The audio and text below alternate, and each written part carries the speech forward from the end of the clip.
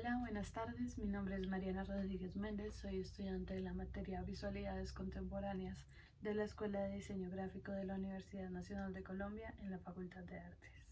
Estoy aquí con ustedes para que juntos resolvamos una pregunta. ¿Cómo es que logramos comunicar y hasta argumentar solo con imágenes? Es un fenómeno que hacemos casi a diario, pero ¿realmente le prestamos atención? Y aún más, ¿qué tan veraz es? Suena que nos vamos a complicar un poco la vida, pero no se preocupen que no vamos a ir solos por este camino. Vamos a ir junto a tres excelentes maestros cuyas teorías están recopiladas en el libro Filosofía de la Imagen de Ana García Varas. Primero tenemos a un profesor de la Universidad de la Columbia Británica apasionado por los estudios de la estética y miembro de la Sociedad Americana de Filosofía, Dominic López. En segundo lugar tenemos a un filósofo y matemático, cabeza del Institute for Theory de la DHDK de Zurich, cuyo trabajo se centra en la estética y la teoría del arte, Dieter Mürch. Y por último, el señor que nos metió en todo esto, el que le dio nombre propio y estudió todo lo que estamos estudiando nosotros, Gottfried Bohem, gran creador y participante de El Giro Icónico o El Giro hacia la Imagen, y también miembro de varias academias de estudios avanzados en ciencias y humanidades en Europa.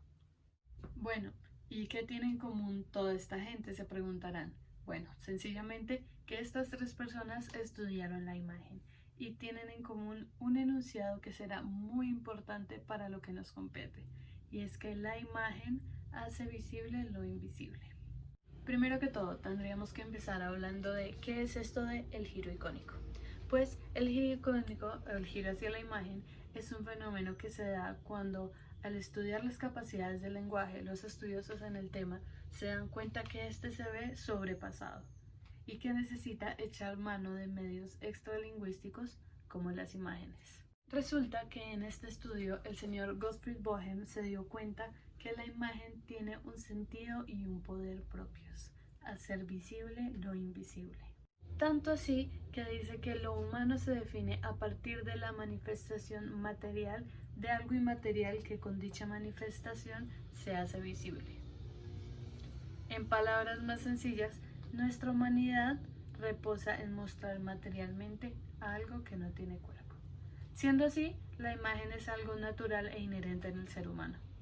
Pero entonces, ¿cómo utilizamos las imágenes para argumentar algo? Bueno, pues Dieter Mürch se propone dos tipos de estrategias visuales. La primera incluye todos aquellos modos de representación cuyo propósito principal es dar testimonio, o sea, ser prueba de la existencia de algo, que funcionan como huella o como rastro, como por ejemplo esta foto de esta nebulosa, que es la única prueba de su existencia. El segundo tipo de estrategia de representación incluye todos los modos de representación que organizan el conocimiento en tablas abstractas. Estos cobran una dimensión constructiva, ya que son híbridos entre lo notacional y lo icónico. A ver, ¿cómo así? Pues bueno, el punto de partida para formar estas imágenes son las informaciones. Por lo tanto, para que sean entendidas necesitan una serie de convenciones junto a ellas. De hecho, dice Mürch que ninguna imagen científica puede ser comprendida sin una especie de leyenda o anotación discursiva junto a ellas. Como por ejemplo, esta tabla de la bolsa de Nueva York, que con anotaciones y todo no logró comprender mucho.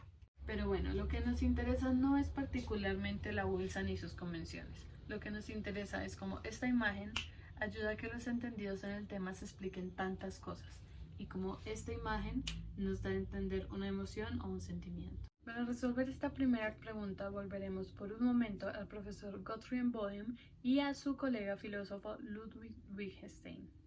Wittgenstein hizo un experimento muy breve que llamó Parecidos en Familia, en el que se hizo una sola pregunta: ¿qué tienen en común todos los juegos? ¿Ya lo descubrieron ustedes? Bueno, les daré unos minutos para que lo piensen. Bueno, pues él se dio cuenta que para responder esta pregunta, uno no simplemente asumía que tenían algo en común, por algo se le llaman a todos juegos, sino que uno miraba que tenían en común. Por eso dijo, no pienses, mira.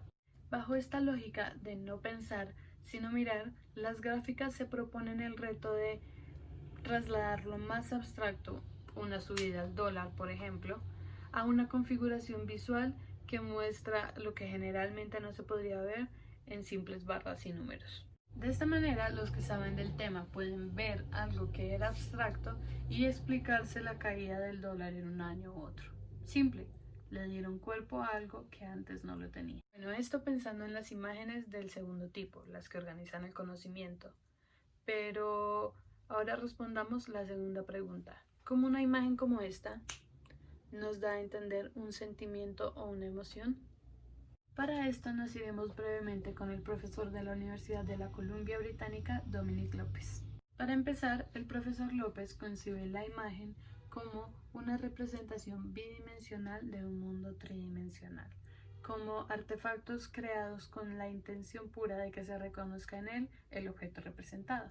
Para esto, el profesor acude a la experiencia de la observación, que más tarde nos dirigirá hacia la teoría del reconocimiento en la representación icónica. Para explicar esto de una manera más breve, les voy a presentar un ejercicio.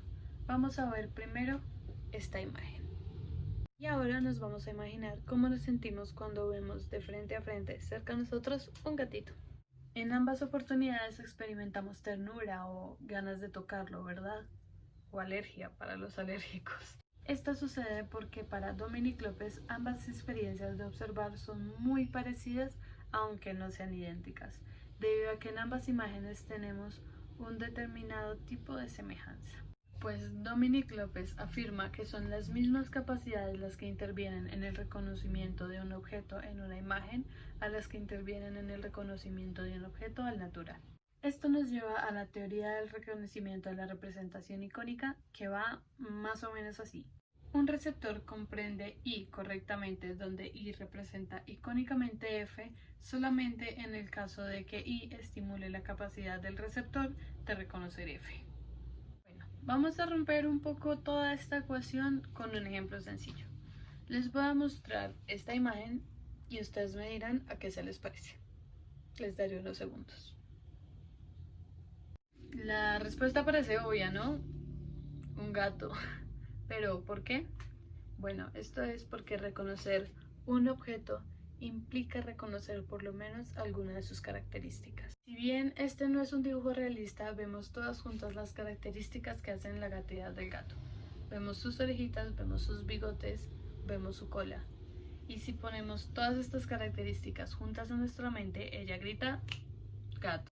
Esto sucede porque tenemos una idea de la gatidad del gato y vemos todas estas características que tenemos en la mente representadas en el dibujo. Y, siendo el dibujo, estimula todas nuestras capacidades de reconocer F, siendo el gato. Así, según la teoría del reconocimiento de la representación icónica, somos capaces de reconocer F en I sin ningún problema. Ahora, ¿cómo funciona esto con los sentimientos? Bueno, es una mezcla de lo que hemos dicho hasta ahora. Primero le pondremos cuerpo a algo inmaterial, por ejemplo, al amor. Una característica de este sentimiento es que cuando lo sentimos se nos acelera un poco el corazón, ¿verdad? Por eso percibimos que el amor se siente en el corazón aun cuando se sienta en el cerebro. Ahora, ¿qué característica de F hace que lo veamos en I? Voy a dejar que lo piensen un rato. Exacto, el pálpito del corazón. Somos capaces de ver F en I porque en nuestra mente y experiencias el pálpito del corazón está relacionado directamente con el amor. Perfecto, hemos resuelto todas nuestras dudas. Sabemos por qué podemos hablar con imágenes y qué es lo que hace que podamos ver cosas abstractas en ellas. Sin embargo, no sé ustedes, pero a mí me queda algo que no me deja tranquila. ¿Cómo sabemos que todo esto es veraz? Tenemos que hacer una salvedad. Para eso les voy a contar una historia. Bueno, resulta que en 1957 a la famosa cadena televisiva BBC se le ocurrió sacar un documental que llamaron Spaghetti Harvest in Ticino. En este documental mostraban el proceso de cultivo del espagueti. Mostraban cómo llegaba desde los árboles de espagueti directamente hasta su mesa. Esto era, por supuesto, una broma del canal televisivo, pero, fun fact, ese mismo año muchos de los televidentes llamaron a la cadena para preguntar cómo hacían crecer su propio árbol de espagueti. Esto es lo que podemos llamar un mockumentary, que por su etimología es la burla mock de un documental. En estos mockumentaries se nos presenta una gran mentira como si fuera verdadera, y gracias al pacto ficcional, que es una especie de acuerdo táctico entre la imagen y el receptor, decidimos creer que es verdad aunque sabemos que no lo es. Es como jugar por un momento que es cierto. Concluimos entonces con esta historia que no todas las imágenes pueden ser argumentos visuales, puesto a que esto de la verdad depositada en la imagen es solamente un mito. Pero podemos afirmar que las imágenes sí pueden ser utilizadas como argumentos dependiendo de su propósito, y lo más importante, pueden hacer visible lo invisible. Bueno, y hasta aquí mi video de cómo podemos argumentar y debatir por medio de imágenes. Espero haya sido de su agrado. Muchísimas gracias por ver.